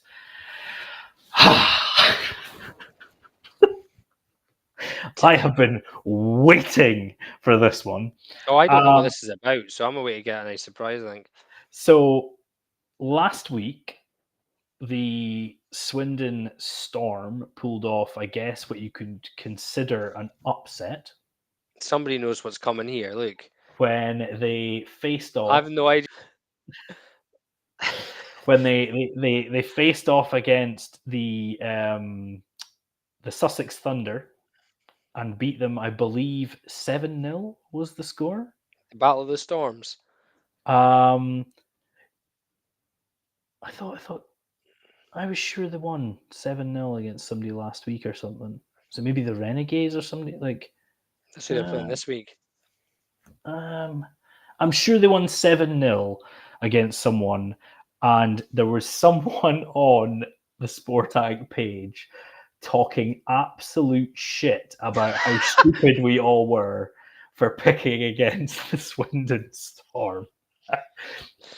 Bruh, come back when Swindon have actually achieved something, right? One win does not justify coming on and talking shit. And again, historically, talking shit does not go well for your football chances. Yes. It was 7-0 against the Thunder. Fair play. Defensive score. Fair play. Good result. Not denying that. But do not then proceed to go online and talk shit after a 7-0 win when your scorelines this year have been a 17-9 loss to the Gladiators, a 3-0 win against the Monarchs, and a 7-0 win against the Sussex Thunder. Yes, you're 2-1. This is impressive. You win the games. That's great. I sincerely hope the person that felt the need to jump online and talk shit plays defense. Because if it turns out that person is an offensive player, they are never hearing the end of it from me, because that was absolute shithousery of the highest order. I think the worst thing about this is we call Swindon the Andy Dalton line. Yeah. Like they beat the shit teams and they get beat by anything good. Yeah. I think we've called them that for 4 seasons. It's not like it's new. So you're thinking, like, guys, don't do it to yourself. don't like, help yourselves here. Win with a bit of dignity, right? Something that, winning is not something that has come easy to the Swindon Storm, right? So win with a bit of dignity, keep yourself to yourself, be happy about the fact you won. Don't jump online and talk shit after winning 7-0. Like, just... I always tell my athletes, be gracious in defeat and humble in victory. Don't go on social media. The only thing worse than a bad loser is a bad winner, right? Agreed. And, see if they turned up and everyone had picked Sussex Thunder and they won like 50-0. By all means, get online, talk a bit of smack, fine. But it wasn't even an offensive score, I know that much. It was a defensive score. Yeah, brutal. Do you think they're beating? Do you think they're beating Berkshire? Oh, but here's the weird thing: Berkshire beat Cornwall 15-0, and then lost to the Thunder 17-7, who then lost to Swindon 7-0. Like, what is going on? But at the same time, I'm just not sure there's any decent teams. Well, just looking at this, right? This is so Swindon Storm played 3, won 2, lost 1, 19 points for, 17 points against. Gruesome. Berkshire Renegades played 2, won 1, lost 1, 22 points for, 17 points against. Grim, right? But I have to believe that the Sussex game was just an absolute bollock from the Renegades. Like, just dropping a clanger. Was that away from home? I'm not 100% sure, because the way that it's laid out where I'm looking, it just has the team you're looking at first kind of all the time for the scores. So I don't know. But I believe it was away from home. My understanding is it was away from home, which obviously makes a difference. But they're going into this game at home, I believe. Yeah, it's at Berkshire. And this is another thing from the Swindon Storm standpoint. If you now go out and lose this week, you have opened yourself up to a whole world of bad. Especially and if you think I'm bad, right, just wait until some of the guys on the rundown get a hold of that nonsense. No, honestly, but there'll be players. There'll be players on the opposition that'll screenshot that. Oh, why wouldn't you? It's part of, you use anything you can get, right?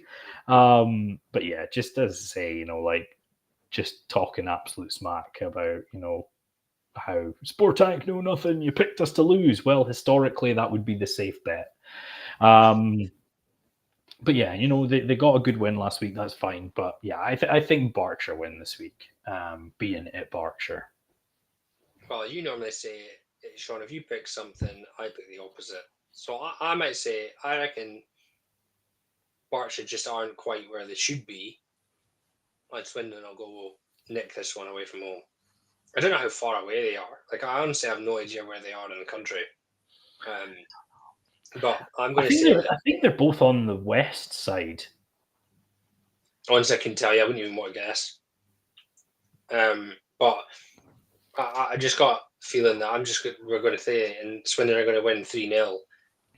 And we'll get the same lad going, see, tell you.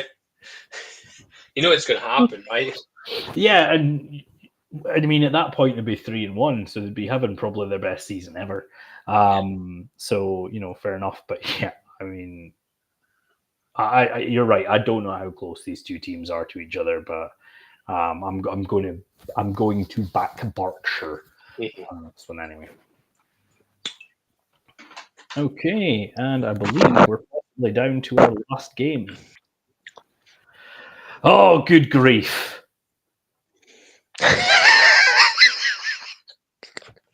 It doesn't. You know this, right? I'll say this.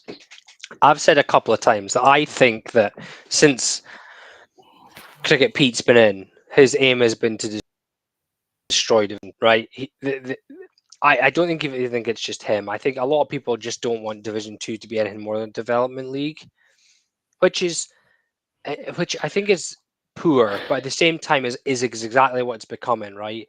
There are very few very good teams in Division 2. Now, if you look at the last 5 years, there's been teams coming into Division 2, destroy their division, go into the playoffs, win really well, win the final, get moved up, and really compete in Division 1. Who out of Division 2 right now are you picking to do that?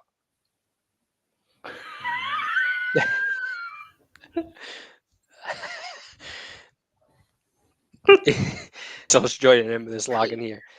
Russell, if that score comes back as 2-0, I'm going to be furious.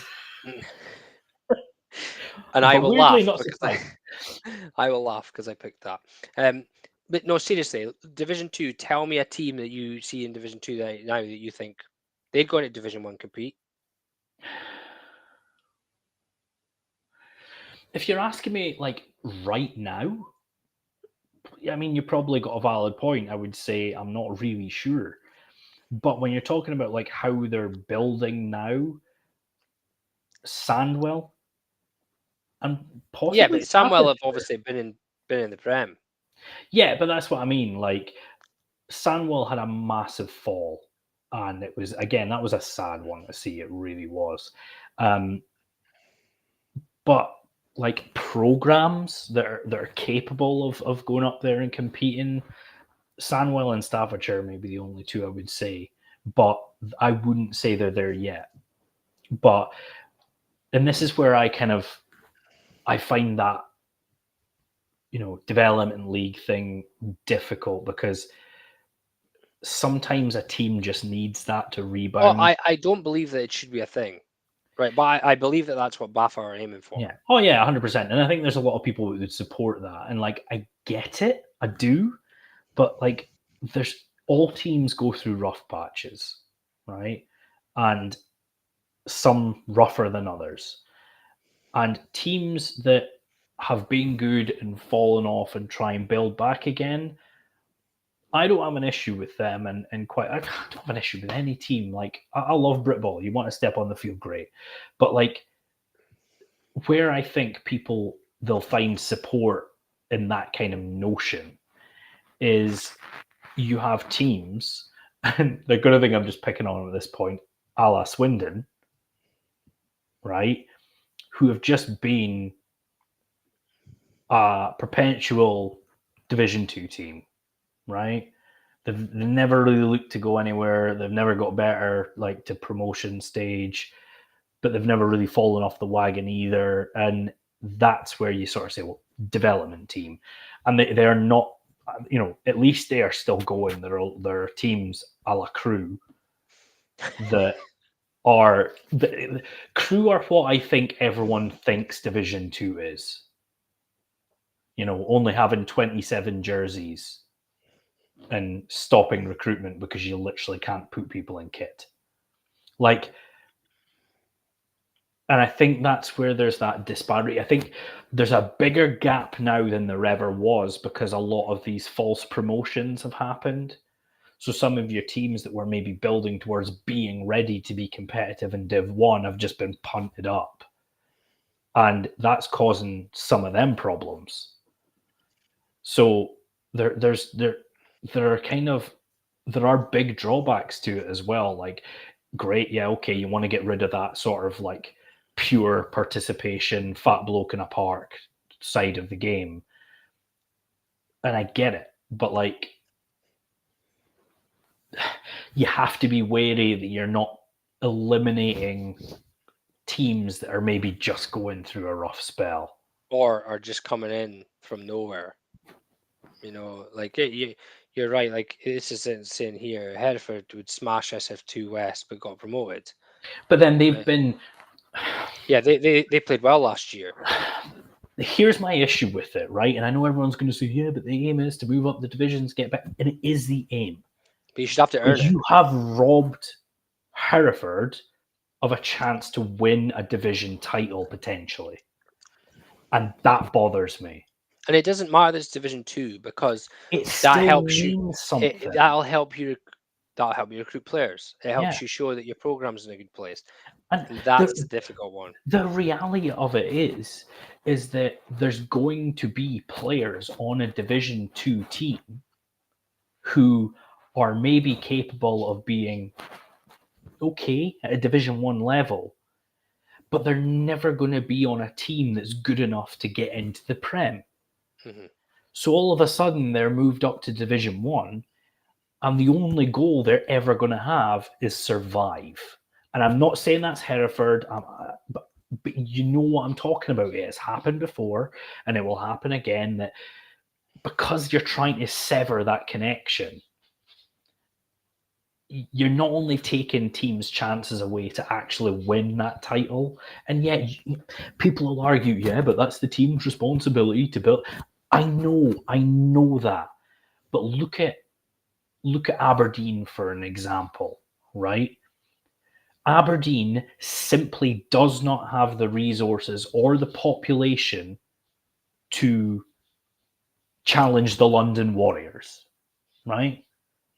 That's not like demeaning my own team to suggest that, because London has a bigger population than the entirety of Scotland, let alone Aberdeen, right? And even, I'm going to say something that I have said to people before, never said publicly, because I know someone is going to hate me for this. Tony Allen has been an absolutely unbelievable coach in the British American football leagues for a very long time. He couldn't win the Premier Division in Aberdeen. No, I don't think that's not even remotely. No, but there'll be people that go. Yeah, he couldn't win the Premier Division in Aberdeen. I'm sorry. It's a fact. I'm not belittling how good he is. No, you're not. It's a numbers game. Exactly. So, and this is why it comes back to me for this whole, like, I get wanting to say, let's take this participation side out of things. I get it. I do. I understand. But rather than saying, like I think someone said about do you turn it? And I think it was maybe Aaron saying about, do you turn sort of into like a non-league thing for Div 2, right? And I get that as well. Sorry, Ryan. I get that as well, but like, I would rather, if you're going to isolate something, isolate the elite, make the best of British American football the goal, and make it extremely hard to be there. The standards need to be... If you want the game to get better, you don't get better by cutting off the worst, right? You get better by improving the best. Yeah, well, you always work a pyramid system. Yeah. You should have the most numbers at the bottom, but the standard isn't as high. And simply, the standard at the top is elite, but it's small. But like, and you've seen it, like we're seeing it, and we know how good the Manchester Titans are. But they went to Europe and they got manhandled because the teams in Europe are so much further ahead. But you're not going to all of a sudden have Manchester competing to the top of the European game by getting rid of the Cornwall Monarchs. You're not. It's as simple as that. That getting rid of the Cornwall Monarchs is going to do absolutely fuck all in that respect. Yeah, you have to make Manchester's opponents more competitive. So they have to get better. And this is the thing, like, people thought, like, I made a few comments about UWE in the University League, and people thought, it's not UWE's fault that they're so competitive and that they've got... It's not UWE's fault that they're willing to go out there and recruit the best players. Someone needs to up their game. What's the saying that they used to use? Don't be better, not better. Right? Be better, not better. Like, go out and make yourself better to the best thing you can do. And if you're better, it's not good enough, then so be it. Like, that happens. Like, in every sport in the world, that happens. You don't, no matter what you're saying, like, you get to a point where some of you are so good, but you're just not good enough for that level. There's nothing wrong with that, and I think if they are, you're right in a sense that if you had a very elite Prem, then, like, I would say Division 1 is way more competitive now than it used to be, right? You had teams that used to walk over Division 1. Mm-hmm. Right now, it's really competitive. Say we're in some divisions, we can't pick who's going to win, right? And that's partly because Division 2 is dying. Yeah. Because the best teams have moved out of Division 2, and the ones that haven't made it have either crumbled and left, or they're still in it and they're still playing the same teams over and over again. Yeah. Right. And I don't look at any Division 2 team this year and go, "Oof, you look great. You'd be decent in the Division 1." Over the years, there's been plenty of those. Over the last 5 or 6 years, there has, and now we've got to a tipping point where there are no teams in Division 2 that I think would step into Division 1 and compete. Yeah, and I agree with that. As I say, my only issue with the thought process of the way it is that, okay, maybe not today, maybe not next week, but there are still a Sandwell and a Staffordshire who I feel could work towards that. Like, absolutely, yeah. I know absolutely. I speak highly about Sandwell because I know what the coaches are doing to elevate that program. Mm-hmm. Right? I don't just speak highly of them because I get on well with David Butler and Sam. I know what they're putting in to make that program better. And my issue with the kind of attitude about Division 2 in that context is people will be like, but you don't have up in Division 2 unless you're utterly shite. Okay. Not true. Not true, but even if that is your argument, there are people involved with some of these teams that are determined to get better and get back up there.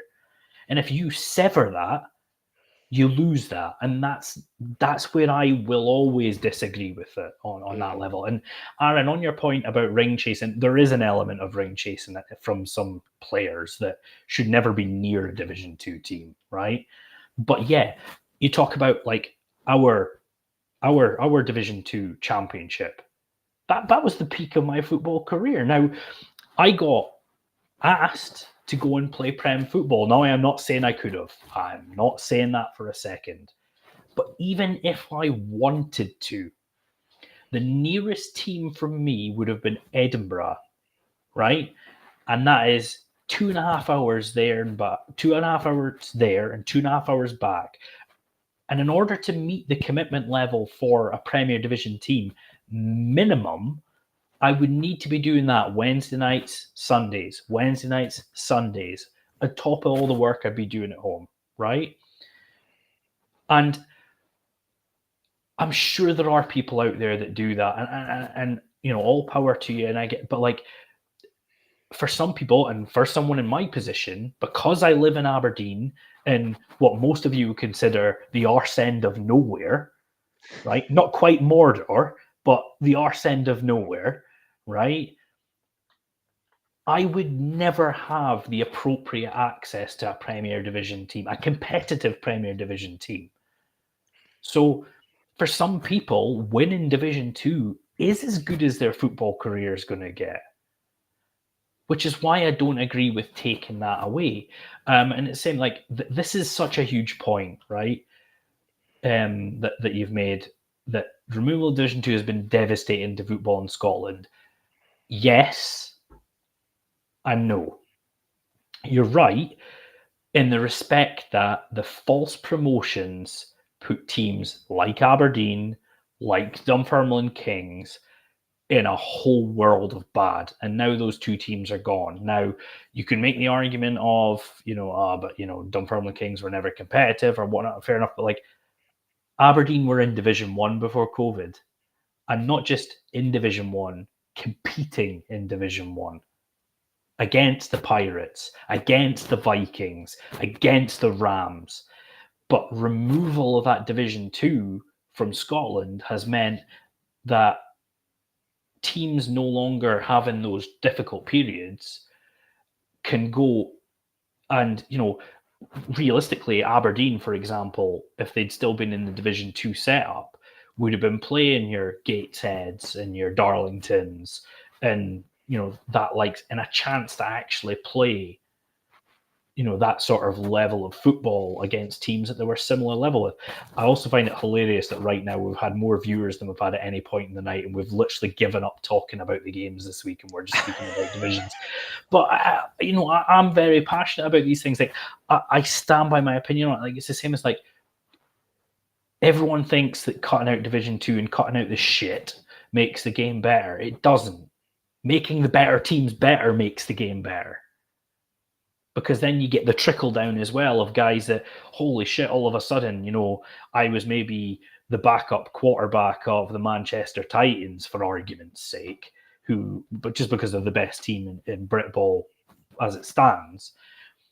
And then the Manchester Titans go and recruit an elite player from Europe to play quarterback. No offense to Sam, this is not what I mean. But all of a sudden, let's say the starting and backup job goes to a battle between this elite player and Sam, and as a player that unless you seriously up your game to potentially a level that you're not necessarily capable of, you will no longer be playing football at the Manchester Titans. So you go somewhere where you will be, and you elevate that team because you're a better player playing for a lower team, right? No issue with that. But simply cutting off the people at the bottom does absolutely sweet fuck all to help anybody else.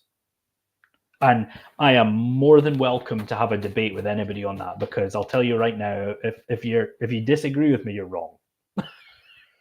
Right? That is as simple as that. And again, this is the point that keeps coming up. Winning a Division 2 final is still a great achievement. And I actually had this discussion with Mr. Sportank himself, when he said that he felt like you shouldn't get a ring unless you win a Premier Division. Again, some people will never get that chance. Right? I mean, how many teams outside of London have won a Britball in the last 20 years? Two? Right? And again, we're talking about Birmingham and Manchester. Like, you're still talking about a good 9-hour journey for me or something nonsense like that. But your thing is no, I'm not. Aaron, please don't get me wrong. Like, I am very open to the debate, but what I'm saying is, like, like it genuinely, if your only approach to try to make things better is to cut off the bottom, you're not going to make anything better. The thing is like, again, even you're right in what you're saying is that you're pointing out the biggest cities, right? You can't expect, even with the amount of teams that are in London, right? And there are a good few now. It doesn't matter what there are 7.5 million people in London, right? Birmingham's not far behind. Manchester has a massive booming growth just now. Okay, it's on TV for God's sake. You know about how much building work is going on there, how many new houses and everything are going in. Simply, there are places in the UK that you have a bigger pool to choose from, right? You look at this, right? If you look at the Olympics, right, and I'll use swimming as an example because it's what I'm heavily involved in. If you look at the Olympics as general, who are your highest scoring medal winners? China, America, every year, right? China and America. What do China and America have in common? One of them has an absolutely massive population. The other one's is pretty big as well, but their sport and culture is like nothing else on this planet, right? The Americans throw more money at sports than they do anything. It's crazy. Well, bear in mind, practically, if you're not good at a sport, you don't get an education. Well, that's it, right? So, like, if you don't get support for an education, but but that's it. You have two countries, and Russia were up there as well before they all started cheating. The Chinese have 1 billion people in their population, right? They're an eighth of the planet. Imagine maybe military. How even if you had 1 in every 10 person was an elite level sports person, the numbers game works, right? The numbers game works. If you look at swimming, right? You look at Americans versus the UK. The UK has way less swimmers. So we had one swimmer, right? Scottish record holder, went to compete in the American national trials and finished 100th. Not even the Olympians weren't there. He finished 100th out of the college athletes, and he was the Scottish record holder here. So you're simply playing a game against others you can't compete with. Aberdeen can't compete with London, right? No. Or Manchester or Birmingham, and we're not expecting to, you know. And this is the same as other cities around that you just can't compete with these guys, and that is the difference. And it's not us. And don't get me wrong, good coaching is required. Good structure, 100%, 100%. Good coaching, good structure, good finances, all this kind of stuff is absolutely needed. But on the grand scheme of things, your population numbers makes a difference. You have more of a pool to choose from. Geography will always be the biggest factor as well, yeah. In Britball. As Britball is now, geography will always be the biggest factor. Yeah. Right? Even if you think about, like, you know, when we're saying about playing the numbers game, and I know this isn't the right words to use, and I'm sure somebody will be offended, but if you take a proportion of just genetic freaks, right? The guys that are 6'7", you know, things you literally can't control. If you said that every population centre had the exact same percentage, which they don't, but let's say every population centre had the exact same percentage, the volume of those people in areas like London over Aberdeen is just incomparable. Yeah, right. I'll give you an example, right? If you're really sad like me and you look at all the sports analysis stuff in the world, you have to watch a video of a TED Talk called Stronger, Bigger, Faster, right? If you've never seen it, it'll open your eyes. So there is a bit in it, and it's the bit I always remember, that in America, your average basketball player is 6'7", right? But their average wingspan is like 4 inches bigger than 6'7". So your arm to arm usually is about the same height as your body. So their average wingspan is some 3 or 4 inches bigger than their actual height. If you meet a 7 foot plus person in the USA today, there's around an 18% chance that they play in the NBA. Now, how ludicrous is that? Like that's a fact. Yeah. Right. And there's other ones out there as well that were like, out of your marathon runners, there was like so many people in the world have broke 4 minutes for the mile or something like this. I can't remember which one it is. And 20% of them come from some tribe in Kenya. Honestly, it's ludicrous. If you have any interest in sports science or anything like that, watch a TED talk on bigger, faster, stronger. It is mental. It will blow your mind. And it's part of what we are talking about here. Is genetics plays a huge part in it. Yeah. But the more people you have, the more chance you have of finding these folk. Mm-hmm. Right. And don't get me wrong, that's not always the case. But in American football, when you need a team of 53 to be a really strong, powerful team, it makes a difference. You finding 53 boys in Aberdeen that are 6'5" can run a 40-yard dash in under 5 seconds is like two in the whole place, you know. In Aberdeen, you'd spot them a mile away if you had that. Yeah, you would. You'd be approaching them in the street and going, "Do you fancy playing American football?" No, but I just mean in general, if you had that amount of people that size in Aberdeen, you'd spot them from the other side of the city. Yeah, I'll tell you what, I was in Italy last week, and I felt massive until the fact I walked into about 6 folk that were about 7 feet tall, and I felt like a midget. But everywhere else, I felt quite tall. I'm 6 feet on the bottom, and I felt quite tall walking about in Milan. But every now and again, you know the passport control now, it takes a photo of you, it moves up and down. Yeah. This guy was so big it couldn't go high enough. This guy standing next to me is trying to get his passport photo taken, and the machine wouldn't go high enough. He was hitting his head off the cameras. He must have been 7'2". But everywhere else I was walking around, I felt like I was tall. I was like, oh, I'm quite tall here. So I know we're getting sidetracked here and we're miles away from time and stuff like that. But in general, yeah, you're right. It's a massive thing having development league. It's a huge thing having Division 2. It's a huge thing for Division 2 level players being able to win a Division 2 championship. Yeah. It's taken away is wrong. Yeah, and I agree with that one. And I'm going to go back to this one, Aaron. I know I used the wrong words, and I appreciate that. But like genuinely, like I am happy to have a discussion around it. You know what I mean? Like, but I do more. My point was being like I absolutely so strongly believe in what I'm saying that it would take a significant amount of actual evidence to change my mind on that. That's kind of what I was saying on that. Anyway, we kind of got sidetracked because we were going to talk about Ouse Valley against the Cornwall Monarchs. And Russell, by the way, I did see your message about, starting at Div 2 and Div 1 and then Prem as a player and a coach. Like you work your way up, you improve, but there is also that now there's not the challenge that there used to be in Division 2 to make those improvements. And I think that's kind of an observation we've had on this. Because of how they've been doing these false promotions and stuff.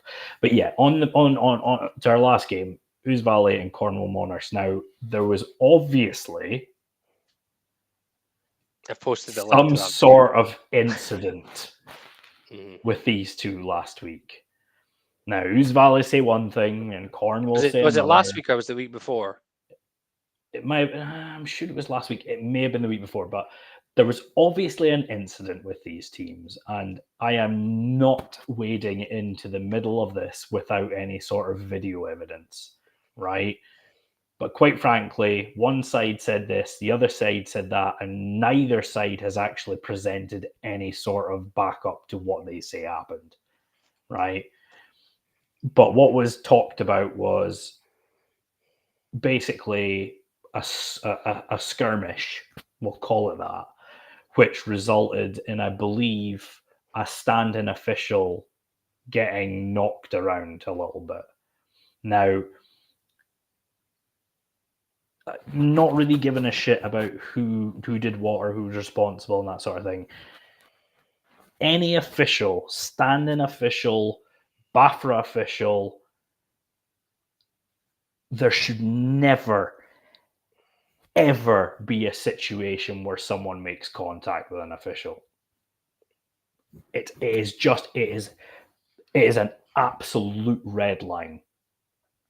And I don't know what happened, so I'm not going to pretend to know because, as I say, neither side has actually bothered to say, send anything. It's all been bitching and moaning and text messages and complaints into Sport Tank about it being reported the way it was reported, but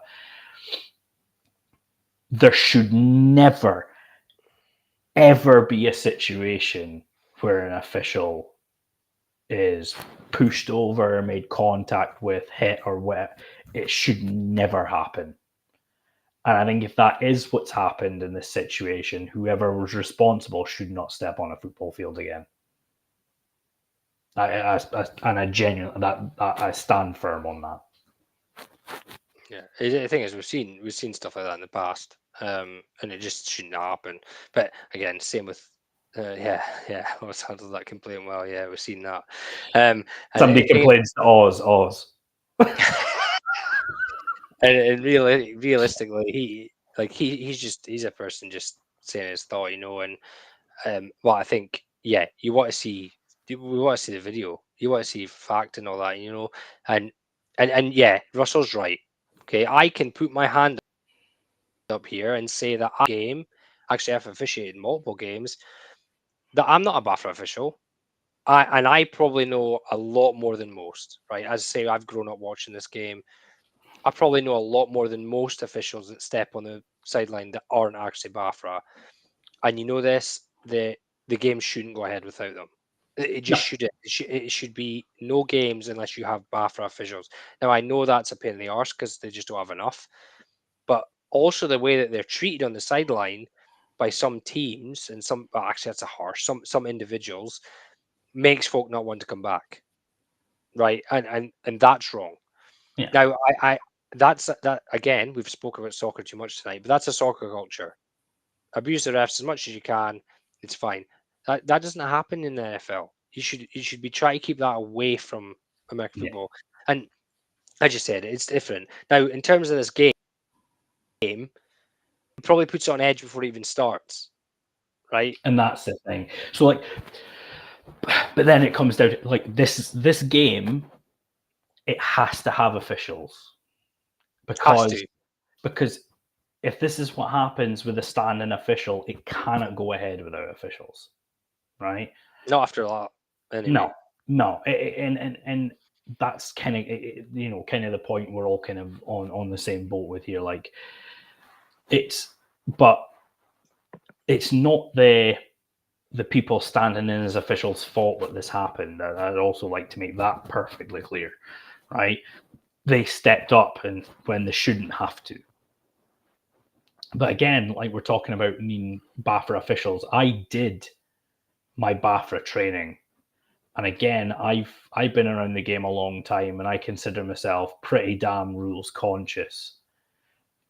And when I started doing my BAFRA training, and I'm sure if any of them watch it, I'm quite good friends with a lot of the officials up here in Scotland. And if any of them watch this, I'm sure I'm going to get a text about this later.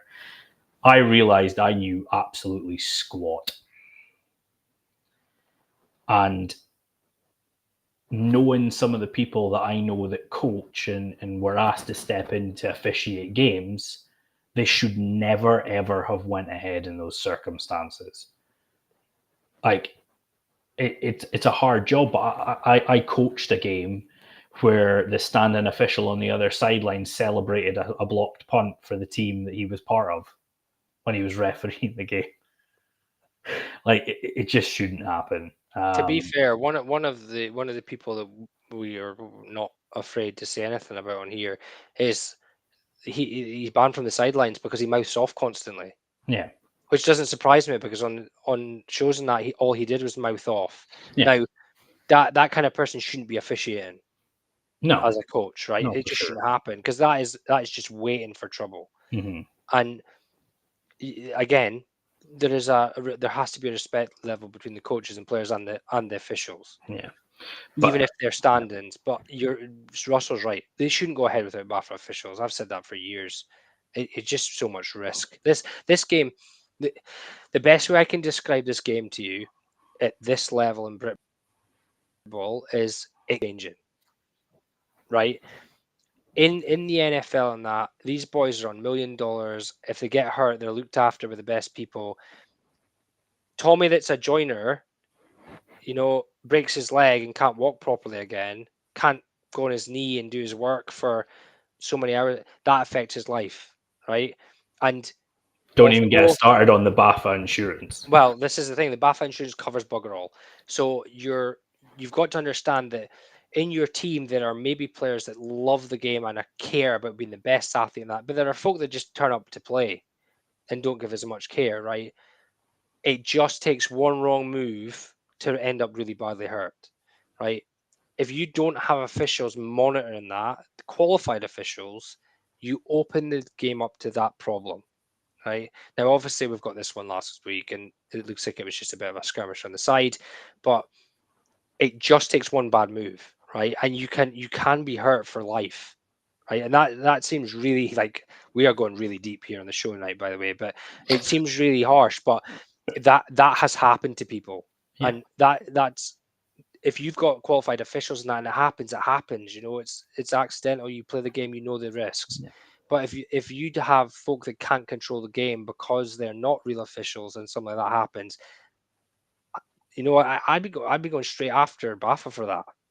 Yeah, and the thing is, again, is you know, I preached this and actually got slaughtered by somebody involved in the organization, but I said at the time, like, this isn't BAFRA's fault, right? They're doing the absolute best they can with the people they have, and the way the games in the league season got structured totally screwed them over. But that got taken to heart by someone involved, and all of a sudden I was apparently calling out the officials, and that's not the case. But like, and it's just the only thing I would say is between these two teams playing each other again, I don't give a shit who started it the other week. I don't give a shit what happened. The officials are absolutely off limits. And if you know it was your teammate, your player, or whatever that made physical contact with an official, then you have a responsibility to make sure that they don't play. And I stand by that as well. Like, you just can't have it in this game. You cannot have it. It just cannot stand. Did the game end up being, what was the actual score? Honestly, I don't think I ever really got too much info on the score, but I believe Ouse Valley were winning comfortably, is my understanding, which probably what led to the carry on. But yeah. So we're expecting Ouse Valley to win comfortably again this week. Yeah, and I appreciate we've kind of went way off piste here. But yeah, I mean, it's not cricket. It's just not the same. But yeah, and to be quite frank, the only thing I'm hoping for out of this game is that both the teams behave themselves. You know, tempers get high in this game, but my opinion on it has always been like, if you cannot control your anger on the field, you shouldn't be on it. Right? It's the same as like there was an instant with a player from a team where he felt like his teammate was hit late when he wasn't, and he like went up and like threw a headbutt or something. You shouldn't be on the field. If you can't control your aggression, don't step on a football field. There's a reason they say it's controlled aggression, right? And controlled being the most important word. But yeah, as I say, for this game, I expect Ouse Valley to win, but you know, the most important thing is that the teams just behave themselves on this one, I'm afraid. Good clean game. Good clean game. With BAFRA officials would be good. Yeah, with BAFRA officials would be ideal. But yeah, you know, you can tell we've not been on this in a while because there was obviously a lot of things to get off our chest. In all seriousness, for any sports science geeks, I've posted that video in the chat. Give it a watch and tell me that you're not impressed. And bearing in mind, that's an old video now as well. It is old now, yeah, but it's mental.